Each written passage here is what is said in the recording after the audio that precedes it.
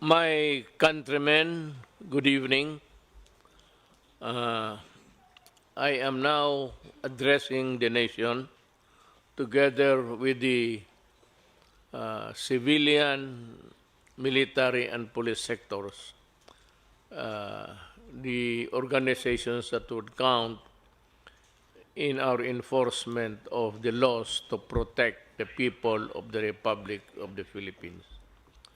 Uh, Pardon my broken Tagalog, pero sa mga kababayan ko, kayo, ako, do not panic.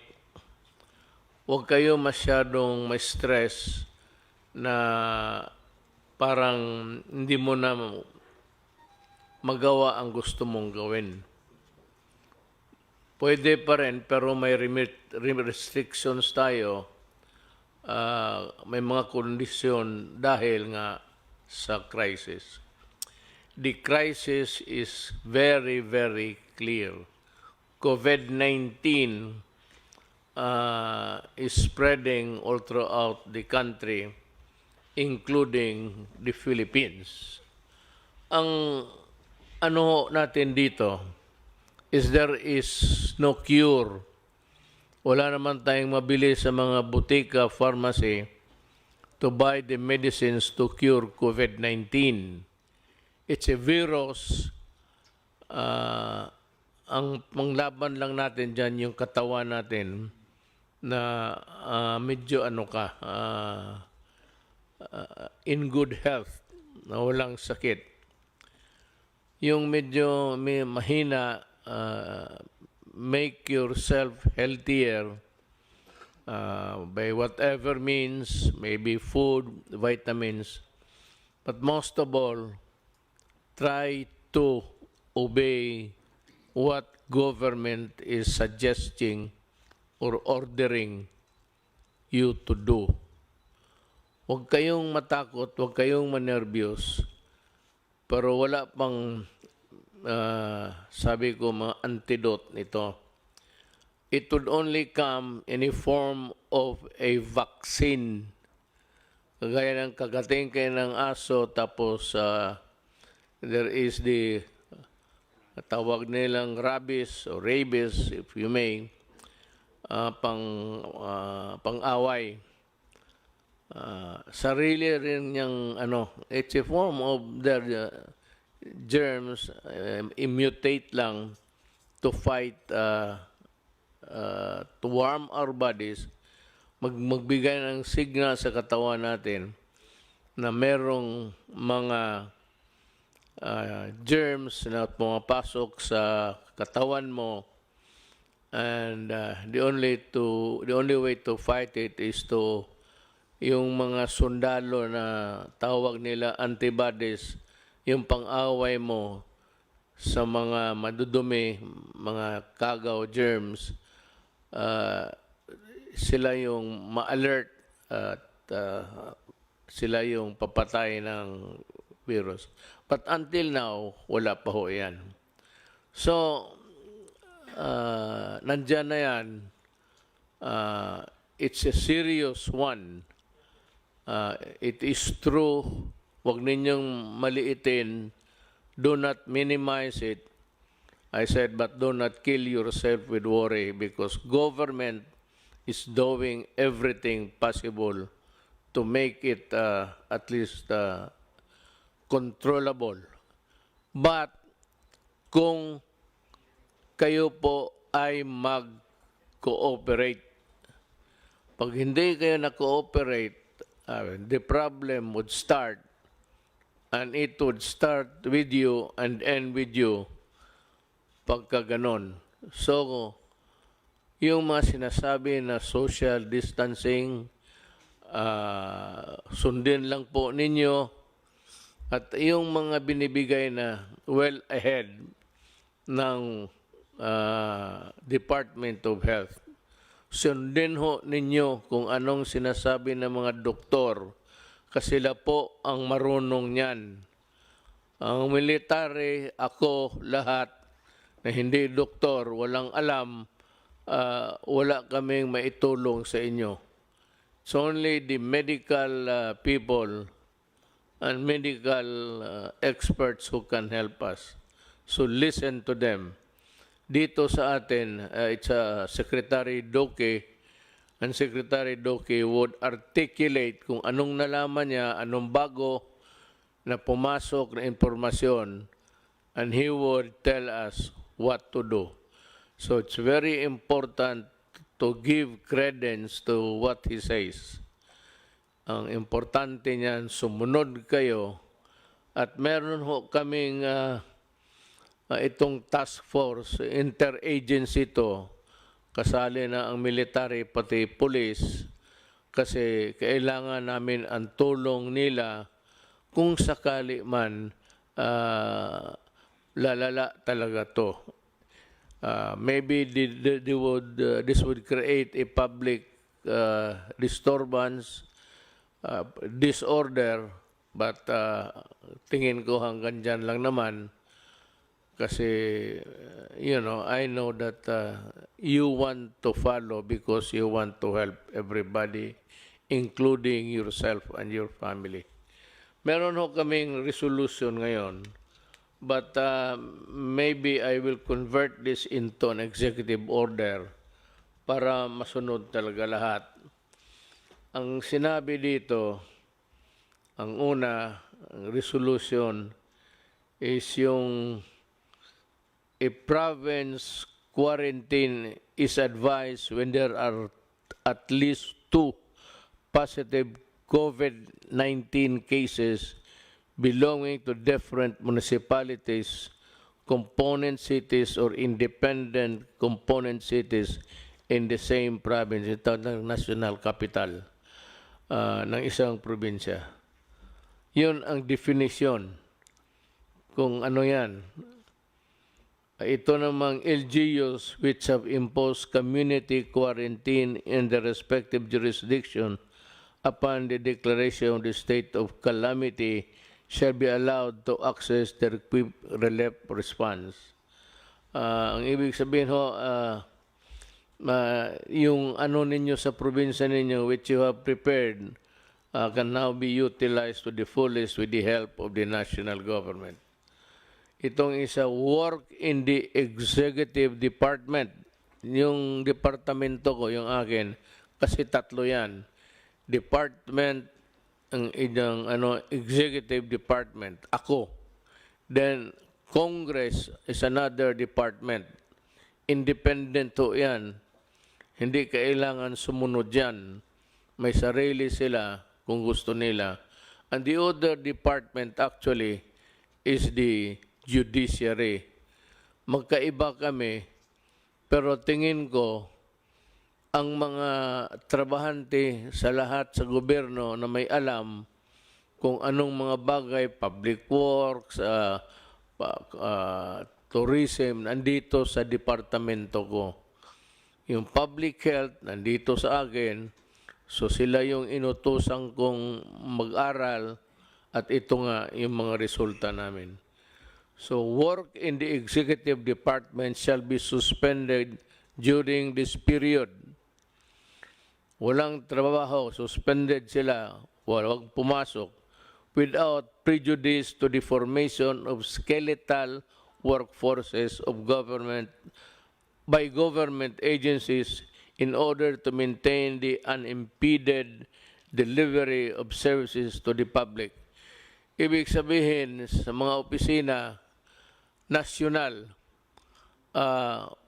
walang trabaho pero may mga skeletal, yung mga few employees volunteer or selected na sila ang muna to man the fort, ika nga, sila yung papatakbo ng departamento but with a reduced workforce. Ito namang flexible work arrangement shall likewise be encouraged in the private sector. The Department of Labor and Employment and the Department of Trade and Industry shall issue guidelines to safeguard the welfare of workers. all manufacturing, retail, and service establishments are advised to remain in operation during said period, provided that strict social distancing measures are required to be observed by the respective management. Ibig kong sabihin sa privado, labas sa gobyerno, ang trabaho tuloy-tuloy, pero ganun rin, reduce, ang skeletal pa medyo ano lang, yung pinili lang, at yung walang mga sakit, magtatrabaho sila. But ang may-ari ng factory o anong klaseng negosyo mo, warehouse, see to it that they are taken care of by their mga management. Huwag ninyong hayaan ang mga trabahante ninyo. Mass public transports, including the light rail transits, the metro rail transit, and the Philippine National Railways shall continue in operation. Tuloy-tuloy ho ang trabaho ninyo, provided the Department of Transportation shall issue guidelines to ensure social distancing in said public transport. Ibig sabihin, tuloy-tuloy ang trabaho ninyo, pero ang social distancing, yung distansya mo to the other fellow, medyo malayo. Kasi pag nag-ubo siya o umatching, at least yung germs niya hanggang doon lang, hindi niya maipasa because there is the distance. Kaya it behooves upon the transportation department to come up with the guidelines based on what the health department orders. Lahat dito po, ang pinaka-importante, pinakatigas, ika nga, ang Department of Health. Kung ano man ang gagawin natin, kung anong iutos nila para sa atin, susundin talaga natin. Hindi ako, kung hindi si Dr. Duque ng DOH. Land, domestic air, and domestic sea travel to and from Metro Manila shall be suspended beginning 15/2020, March 15, 2020, and to end on April 14, 2020 sa alas 12, subject to the daily review by the Interagency Task Force. So, walang lumipad, ang mga travel is limited, pero itong mga railways sa baba, okay yan. At the same time, observe again social distancing. Pero sa aeroplano po, beginning March 15, 2020, March 13 tayo ngayon? 12. March 15, midnight, from, it takes its force and effect. So, tandaan ho ninyo yan. Pero subject again to review day to day. Tingnan namin kung ano ang nangyayari. Kung if there is a slowdown in the contagion or ganun yan medyo mawala lang ng kanya, that is the history of itong mga sakit na ito. They come and go in every 2 or 3 generations. Meron talagang problema itong binigay sa atin at wala tayong magawa,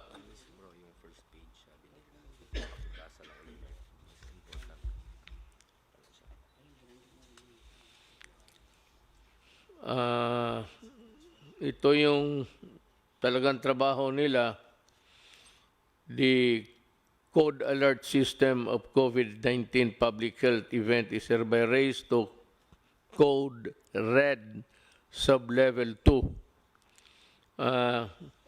The Department of Health has to explain to the public itong wherewithals ng code red sub-level 2, I think, which is the highest sa prescribed ng WHO. Medyo nandito na tayo sa maximum. And it is really for the protection of humanity. The recommendations of the Department of Health Technical Advisory Group in imposing stringent social distancing measure in the National Capital Region are adopted for a period of 30 days from the issuance of this resolution, with salient points, yung mga importante, of which are as follows.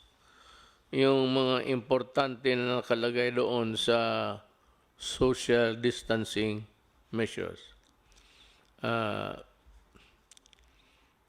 The suspension of classes in all levels in Metro Manila is hereby extended until April 12, 2020.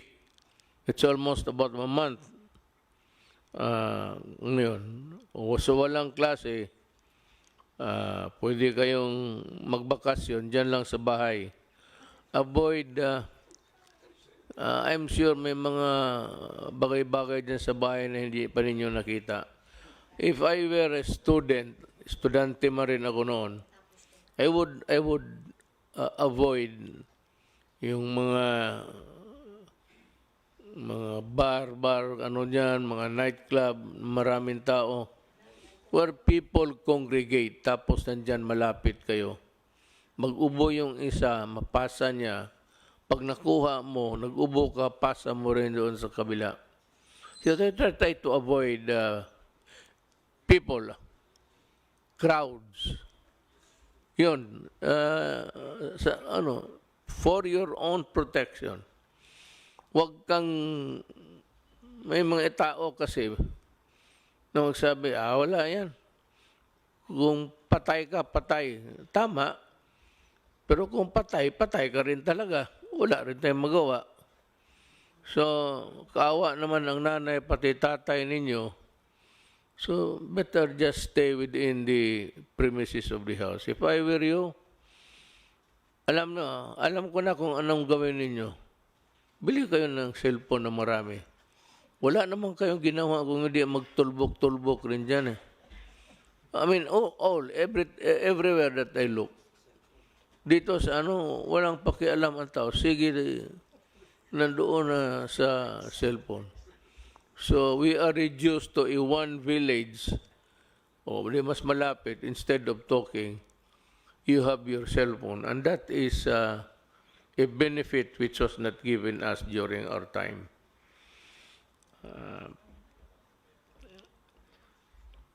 Number 1, the suspension of classes in all levels in Metro Manila is hereby extended until 2012-2020, provided that all students shall continue to fulfill their educational requirements during said period. Anong ibig sabihin? Kung wala kang magawa, sabi ng gobyerno, mag-aral ka. Pero ito, hindi ko inaasahan susunod din ninyo. Ang sigurado ako, yung kamay ninyo, nandyan sa cellphone yan, instead of studying. I'm sure of it. But for you guys, who really want to improve your lot, you better make use of the time to study. Because, alam mo, mga anak, kayo mga bata, kayo yung mamatay na hindi makalabas ng bahay. then you make all sorts of excuses. But you know, there will be truant officers. Alam mo ang truant?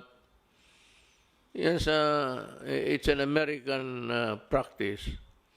Pag makita ka sa labas, pasakay sa palaboy-laboy ka lang dyan, wala kang ginagawa, sisigaw-sigaw kayo, lalapitan kayo ng pulis pati military, tatanungin kayo, then you have a problem.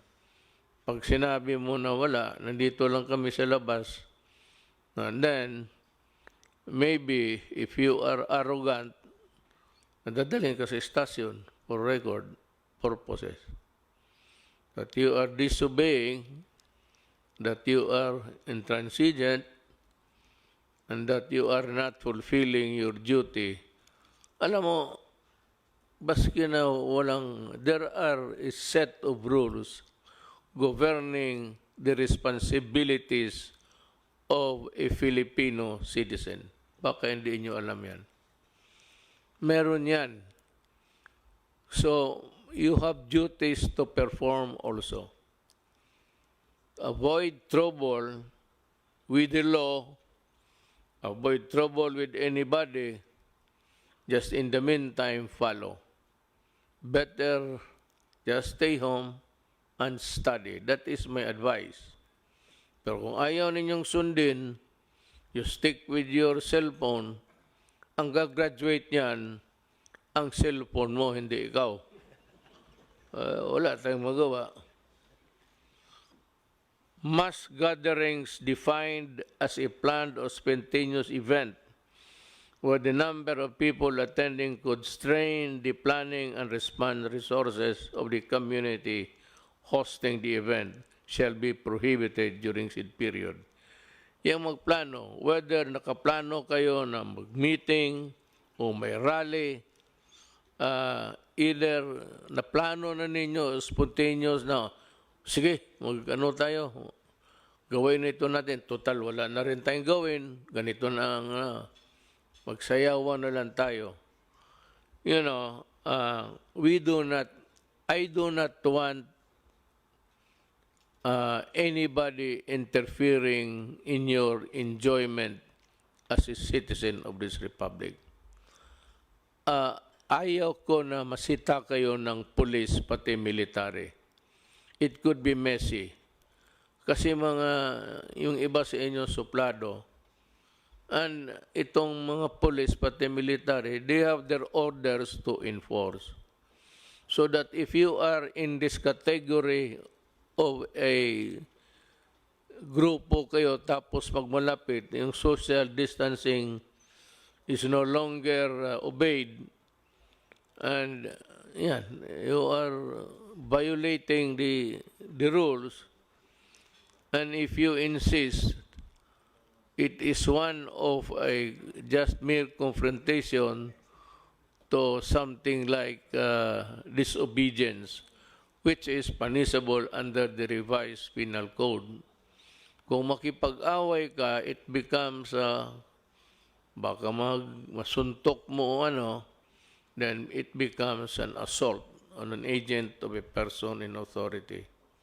In which case, from a simple violation of a rule, it will now ripen into a crime that is punishable by law. And you can go to prison. That's the problem. Ayaw ko. Ayaw ko na masita kayo ng military pati police. But ako sa inyo, if you are advised, just obey. Wala namang mawala sa inyo. Total sa inyo yan eh. It's for your own good. Hindi naman ito para sa amin. Kung I hate it, but you have to do it because there is a crisis that is engulfing the country right now. Community quarantine is hereby imposed in the entire of Metro Manila. And In other areas, the LGUs are advised to abide by the following guidelines, imposing localized community quarantine in the respective jurisdiction. For Manila, may ayaw namin gamitin yan, pero kasi takot kayo sabihin lockdown. But it's a lockdown. There is no struggle of power here. Walang away dito, walang gera. It's just a matter of protecting and defending you from COVID-19. That's about it. It has nothing to do with the power of the military or the power of the police, nor or my power and this guy is beside me. Hindi yan. It's not an issue of, it's just an issue of protecting public interest and public health. Yun lang. A barangay-wide quarantine is advised when at least 2 positive COVID-19 cases belonging to different households in the same barangay. Kung sa isang barangay may dalawa na infected, medyo i-quarantine na ninyo yung barangay ninyo. Itong problema sa dalawa, sabihin na it behoves on the barangay captain actually. The barangay captain is under the administrative code is a person in authority.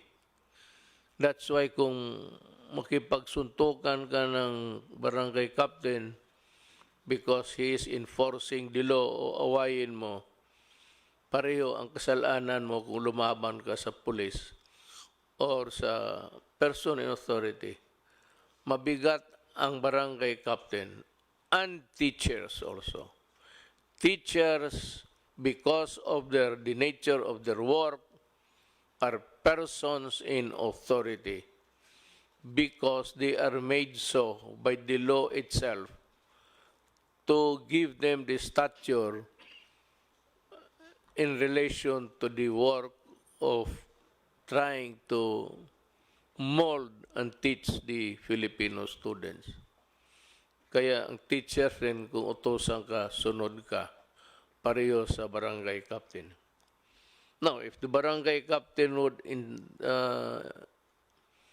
ask the teachers to help in the enforcement, you better obey because they are in the exercise of teaching the persons there of the barangay of the dangers is part of their work.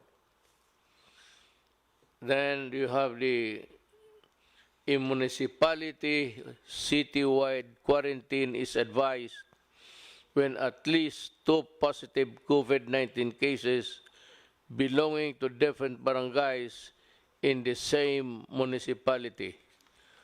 Kung sa munisipyo kayo, tapos isang barangay dyan, may dalawa na tinamaan ng COVID-19, diagnosed to have COVID-19 infection, magka-quarantine na rin kayo. And, you know, before I forget, wala tayong, I do not have enough soldiers and policemen to cover all over every inch of the country. Kulang ako. Meron ako na magamit ko ang barangay captain. Ang barangay captain is bound by what is written here, whether by way of rules implementing in the meantime or if it becomes part of an executive order. You better implement this because if not, then you will also go to prison for dereliction of duty or simply not enforcing a rule imposed by government. ang pinaka ano dito yung mga barangay captains. It falls upon your shoulders to exactly do what this regulation wants to happen. Huwag kayong magkamali dito kasi pag hinabol kayo ng Department of Interior and Local Government,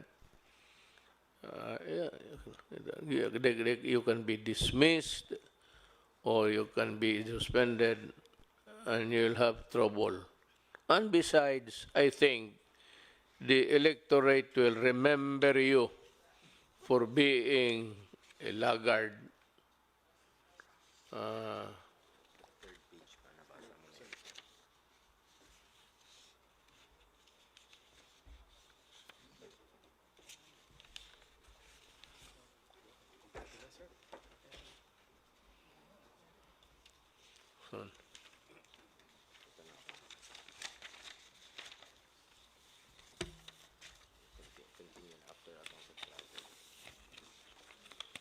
Kita mo si Senator Go, siya lang ang working hard talaga.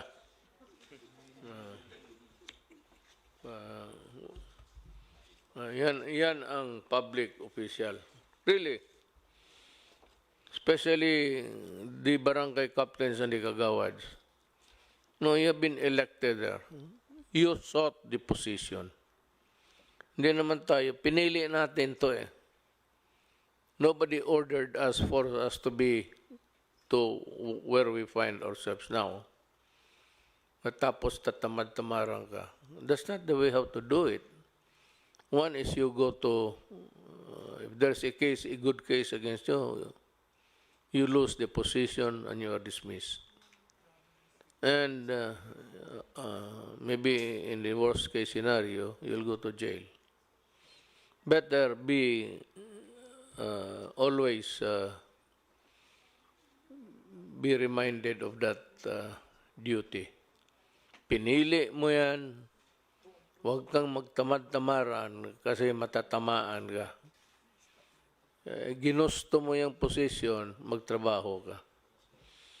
The aforesaid measures shall be subject to close monitoring and reassessment after the expiration of 7 days from the issuance of this resolution. You know, we will review. I have imposed upon the cabinet members and the entire members of this task force to be present every day. I know that it is hard for them. It is really an imposition. It's quite maybe a burden, but ganon rin ang sinabi ko sa kanila. Nandito tayo sa gobyerno. You choose to be a part of government, and there is a crisis with no solution in sight. Walang solution unless there is a vaccine by the grace of God na may makita o maimbento ng ating mga scientists. It could be the Philippines for all you know. But I'm just telling you what you're supposed to do. Ang isa is the LGU outside of the National Capital Region, yung labas ng Metro Manila, are advised to exercise sound discretion in suspending classes in the respective localities without prejudice to a determination by the national government to suspend classes if the situation so warrants. So, ang LGUs, may kunting leeway, and just a little elbow room para makagalaw kayo to respond to the crisis in the community. But it does not allow you to suspend classes on trivial and for, stupid reasons. It is only done because you have to protect them. from the COVID-19. Yan lang talaga. Do not do it just to please everybody. Or sa bagay, I have full faith and confidence in our supervisors, teachers. I'm just saying that please do not do it the way others would want it to happen. Mas maganda yung walang klase, walang ganon. Wag mong gawin yan because in the following statements, the Philippine National Police and the Armed Forces of the Philippines, in coordination with the Interagency Task Force, shall be called upon to ensure effective and orderly implementation of the above measures. Hindi ito martial law. It is not a martial law. It's not even something extraordinary. But what is sought to be solved here is again, walang iba except to fight the virus and to exact compliance. Mas mabuti talaga yung maniwala kayo. Now, ang sunod, a meeting shall be conducted daily by and between the secretaries of the number of agencies of the IATF, that is the Interagency Task Force, sa COVID, including the Cabinet Secretary, Secretaries of National Defense, Environment, and Natural Resources, Trade and Industry, Social Welfare and Development, Education, Agriculture, the Chiefs of Staff of the Armed Forces of the Philippine Navy, Philippine Air Force, and Coast Guard, because in a total breakdown, I would need their help to carry on with the governance. Kailangan ko sila. Not to fight with you guys. Huwag kayong matakot sa sundalo ninyo. Sundalo ninyo yan. Ang armed forces is there to serve you. Sila yung sundalo ninyo. So huwag kayong matakot kung nandyan sila sa utos ng mga civilian authorities. Yung mag-utos sa amin, Department of Health Secretary lang naman eh. So, but when he says to the military and the police, you have to implement this. Obey them because they have the imprimatur of the civilian authorities. Huwag kayong do not try to play with martial law, military. Pero ang sa totoo, ni total breakdown, public disturbance, alang-alang kami ang iharap mo. Wala naman kaming, it's always the military who keep things in the country in order. Sila yan. Titingnan nila na everything is in order every day of their working days. Tingnan nila na ang Pilipinas safe at gumagana ang lahat ng mga tao, pati mga opisina. The balik manggagawa overseas Filipino workers shall be allowed to travel to mainland China except to Hubei province upon execution of a declaration signifying their knowledge and understanding of the risk involved, provided that the health advisory pamphlet shall be handed out to the OFW upon departure. Hindi nga eh. Not only pamphlet, baka hindi mo basahin. You will be gathered in one corner or in one room, one corner, at sabihin sa inyo ang mga, I don't know if it's a Tagalog or Bisaya, mga risgo, the risks that you will be taking when you go back to China. But China, President Xi Jinping, for all of his goodness to us, wrote me a letter and said that he is willing to help. All we have to do is to ask. Ako, ang tingin ko, maybe there will be a time if things deteriorate that I have to call on China to help. He has said that they have managed the crisis very well in this country, and he is very much willing to help kung kailangan. So, to the Chinese government, to the people, especially to President Xi Jinping, thank you for the consoling words, and maybe, I hope it would not reach to that point, but maybe we will need your help. Salamat po.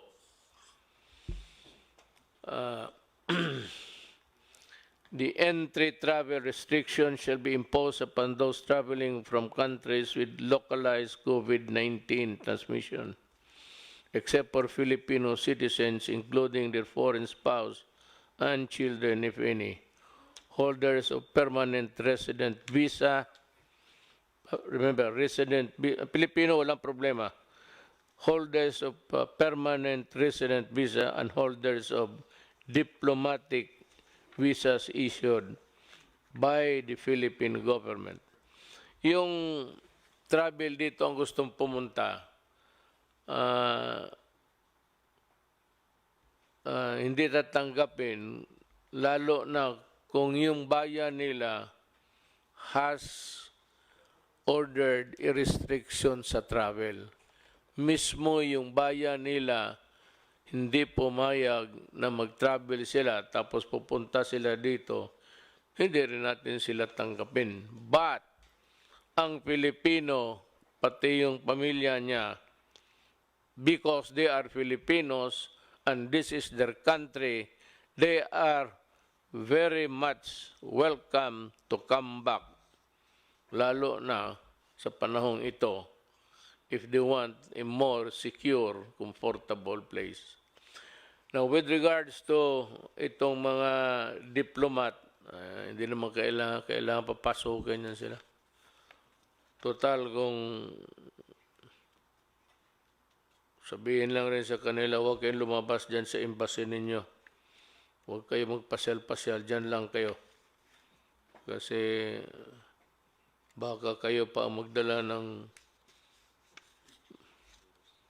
sakit ng ulo sa aking bayan. I don't mind Filipinos giving me a headache, but I certainly do not want anybody other than Filipinos to be giving me headaches. So yan ang yun ho ang maibigay ko sa inyo na payo. You might, sometimes it's a convoluted thing to listen, pabalik-balik. Ang simple lang yan. The purpose to protect and defend you. From what? From COVID-19. Then what is the purpose of government? The purpose of government is see to it that things are in order. To do that, if things deteriorate, I said, the military and the police will maintain order. Kaya nga tawag niyan, peace and order. There has to be a peace, and that peace, nakalagay na, orderly. There must be order in the country, and that is all. The purpose is to, I said, guard your well. Sumunod lang kayo, lahat ng bayan ng buong mundo nauna pa sa atin. Tayo tinitignan lang kasi mabilis sa kanila. In Italy, it's 1,000 a day sila ang pasa ng contagion. Dito sa atin, medyo maliit pa. Pero numbers in a crisis can be, cruel. But overnight, makita mo, meron ng talagang mabilis na. So what we are trying to control is people with COVID na tapos yung ilayo natin yung healthy ones, sila yung i-target natin, not for anything but for their own good. They will be asked to maybe go to the hospital and seek treatment. Yung mga test ng test diyan sa para sa kung may infection ka o hindi. Libre yan. Libre, no? Libre, walang bayad. Wag naman kung healthy ka, no need. But if you are experiencing ubo, itong ano na ubo, tapos pag ubo mo, masakit yung likod mo, the lungs, ang lungs mo ang titirahin dyan eh. And if it's too late, hindi na kaya ng antibiotics yan. It starts with a virus. The virus weakens your body. And it weakens your body, lahat na papasok, then it will kill you. Putang ina itong virus na ito, walang ginawa, ganun. Papasok sa katawan mo yan, just like AIDS, makes you weak, then it allows other germs to come into your body, and you get sick, usually pneumonia yan. And it's virulent, so seek treatment as soon as possible. But we are here to serve you, and every day we are meeting and in contact with the rest of the country. Meron tayong struktura. The structure really, people are asking, what is your preparation? What's the structure? My God, yung structure natin is itong health. Meron yan silang regional all over. Then meron yung city health, provincial health. But yung national, yun yung mga regional health centers. They are already well equipped and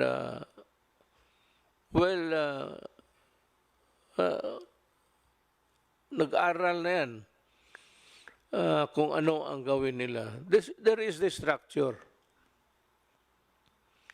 So, sumunod lang tayo at hiningi ko sa inyo, kunting pasensya lang. It's for your own good. Para sa akin, kung ayaw mo na, baka ako ang mamatay, hindi ka maawa sa akin dahil sa kalokohan mo, ayaw mong sumunod. So, let's help each other at this time of our life because everything is placed in jeopardy. Delikado talaga. Totoo ito, crisis talaga ito. Kasi walang gamot. Okay? Salamat po. Thank you for listening.